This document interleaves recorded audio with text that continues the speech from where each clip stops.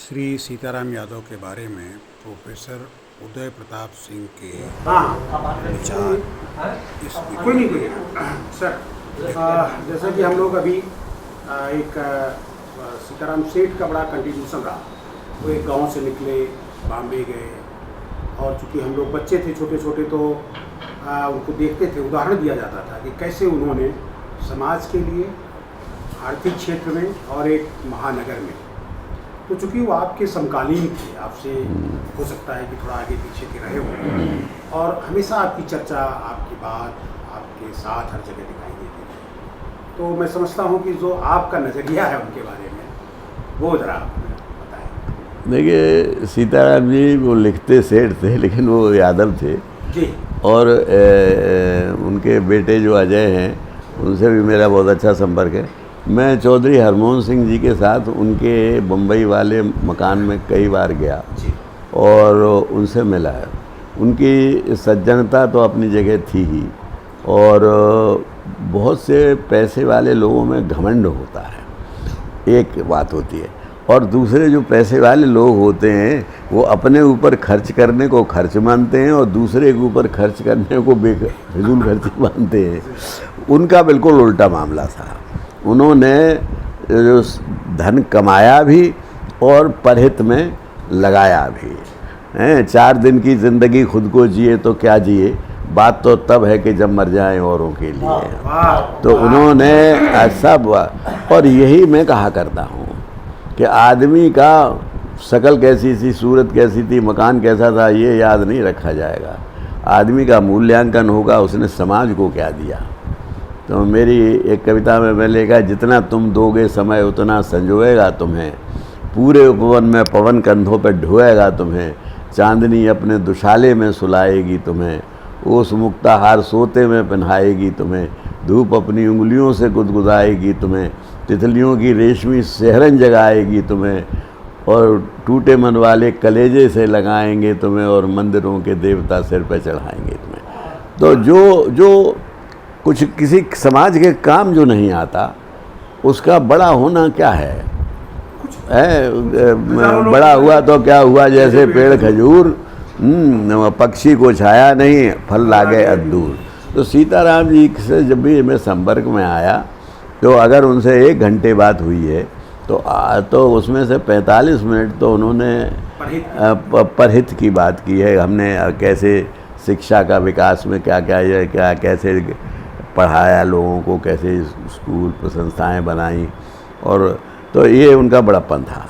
और मैं हमेशा उनका प्रशंसक रहा। और हम और चौधरी साहब जब जाते थे तो उनकी जो खातिरदारी थी, जो उनका जो सेवा भाव था, वो भी अद्भुत था। वो चिंतित रहते थे क्या खाएंगे क्या रहेंगे। हालांकि हम और चौधरी साहब दोनों बहुत सिंपल खाना खाने वाले, सादा रहने वाले थे, लेकिन हो गए थे।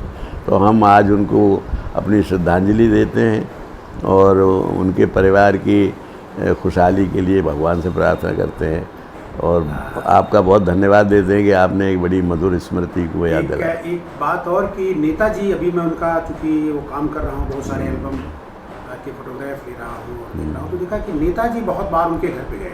नहीं, नेताजी क्या, नेताजी को उन्होंने बहुत मदद की हर तरह से। आप मुझे पता है, मेरी जानकारी में है।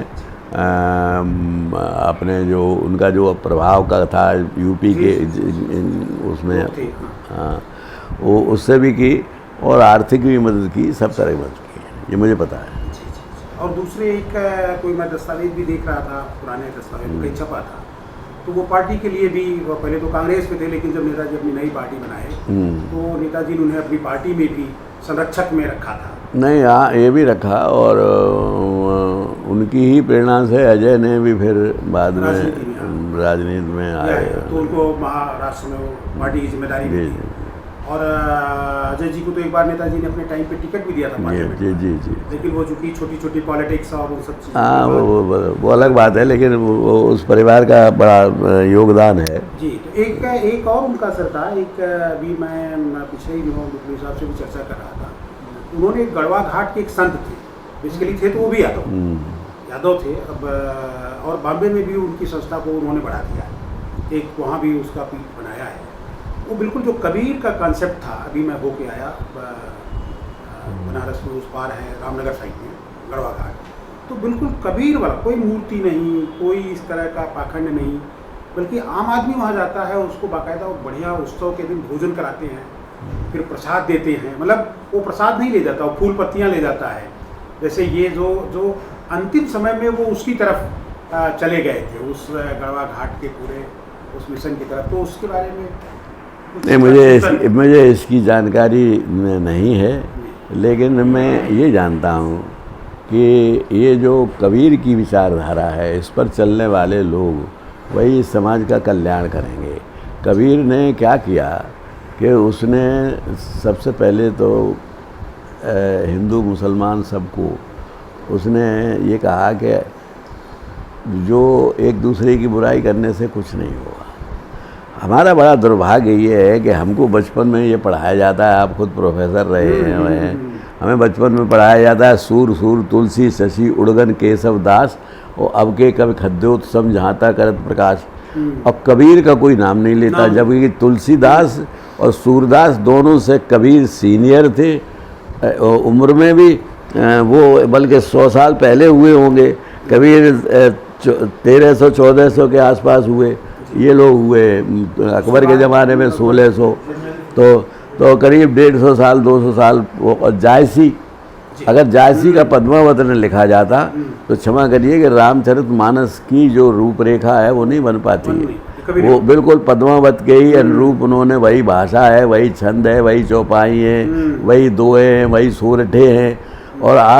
और इस बात पर बनारस के जो ब्राह्मण थे उन्होंने तुलसीदास की रामायण को शुरू में रिजेक्ट कर दिया था, कहा था ये जुलाहे की नकल है और ये तो ये राम के गुण गाता है, इसने ब्राह्मणों का विरोध किया है, तो ये उसको कभी तो तब तुलसी ने एक दोहा लिखा है, तुलसी ने एक लिखा है कि धूत को, और जो कहते थे धूर्त है ये नहाता नहीं है, और अवधूत है ये नहाता नहीं है, और धूर्त है ये जो है ये ऐसे कहे, उसको क्या गाली नहीं दी। तो उसने एक छंद लिखा तुलसी ने, धूत कहो अवधूत कहो रजपूत कहो जुल्हा कहो कोऊ, क्योंकि राम की कथा लिखी तो उसे कहा ये राजपूत है, ब्राह्मण है ही नहीं, ये तभी तो उन्होंने कहा धूत कहो अवधूत कहो रजपूत कहो जुल्हा कहो कोऊ, काऊ की बेटी सो बेटा न ब्याहो, काऊ की जात बेगारी न सोऊ, तुलसी सरनाम है राम गुलाम के। सर्वनाम यानी सर्वनाम ये होता है कि नाम न लो तो कहे वो जा रहा है, तो वो जो है शब्द सर्वनाम हुआ। तो ऐसे ही राम का गुलाम न कह के तुलसी कह दो तो मैं उनका सर्वनाम हूँ। क्या विनम्रता थी। तुलसी सरनाम है राम गुलाम के जापे रुचे कह कैसो सो, मांग के खाएबो मजीद को सोवो, लेबे को एक न देवे को दो। मैं मांग के खाता हूँ, मस्जिद में सोता हूँ, मस्जिद में सोता था। मस्जिद में सोने में मंदिर में कोई नहीं घुसने देता था उन्हें, लेकिन मस्जिद में जाके खाली पड़ी रहती थी, सो जाते तो कोई मना नहीं करता था। तो ये तुलसी ने लिखा। अच्छा, फिर तुलसी पर कबीर का भी प्रभाव था। जब तुलसी ने वो लिखा है कि बिन पग चले सुने बिन काना, बिन कर कर्म करे विदनाना, आनंद रहत सकल रस भोगी, बिन वाणी वक्ता बड़ जोगी सो। अब ये कबीर का प्रभाव है, ये निराकार ब्रह्म का जो वो उन्होंने जो वर्णन किया है ये कबीर का प्रभाव है। तो कबीर के ऊपर प्रभाव था जायसी का भी और वो, लेकिन हमारे जो वो थे उन्होंने सिर्फ इसलिए कि वो हिंदू नहीं थे और पंडित नहीं थे इसलिए उनका नाम ही नहीं लिया। हमको सिर्फ ये बताया गया कि सूर सूर तुलसी शशि उड़गन केशव दास। अब के तो मैं ये इसलिए कहना चाहता हूँ कि जो कबीर पंथ है वो इस देश के लिए सर्वोत्तम है, क्योंकि इस देश के अंदर जो सांप्रदायिक सौहार्द बनाया है वो कबीर ने पैदा किया है। कबीर, मैं उनको सबसे बड़ा समाजवादी मानता हूँ। उन्होंने कोई किसी में भी भेद नहीं किया, उन्होंने पैसे का विरोध किया, उन्होंने कभी यानी पाखंड हुआ है, और कभी भी उन्होंने चरखा बंद नहीं किया। इतने बड़े कवि होते थे लेकिन वो अपना जुलाहा का काम करते रहते थे, अब ताना माना वो बुनते रहते थे। वो कहते थे कि ये और हम आनंद करते थे। अच्छा, इसी में से वो क्योंकि भिमंडी जहाँ वो रहते थे, जहाँ आप गए उनके घर, हाँ, भिमंडी वाले, भिवंडी गया मैं। तो भिमंडी की जो मोस्टली आबादी है वो मुस्लिम्स की है, मुस्लिम्स की है। और ये बहुत थोड़े से लोग बाहर से जाके वहाँ, वो भी मुस्लिम भी बाहर के होंगे, लेकिन जो एक वहाँ का हमने सामाजिक सौहार्द देखा, और कभी इनके ज़माने में इस तरह का कोई प्रतिवाद देखा नहीं। मतलब वो कैसे, जो आप कबीर की बात कर रहे हैं कि हिंदू मुस्लिम आपस में कैसे एक सामंजस्य के साथ रह सकता है, ये भी उन्होंने स्थापित किया हुआ। तो हम समझते हैं कि बातचीत नहीं, मैं भिवंडी से जब आबू आसिम आज़मी चुनाव लड़े हैं, हाँ। तो मैं उनके चुनाव के प्रचार में गया था। तो जो बात आप कह रहे हैं वो बिल्कुल सही कह रहे हैं कि वहाँ हिंदू मुस्लिम सौहार्द का, मुसलमान ज़्यादा है, लेकिन ये ऐसा सौहार्द है कि कमाल है।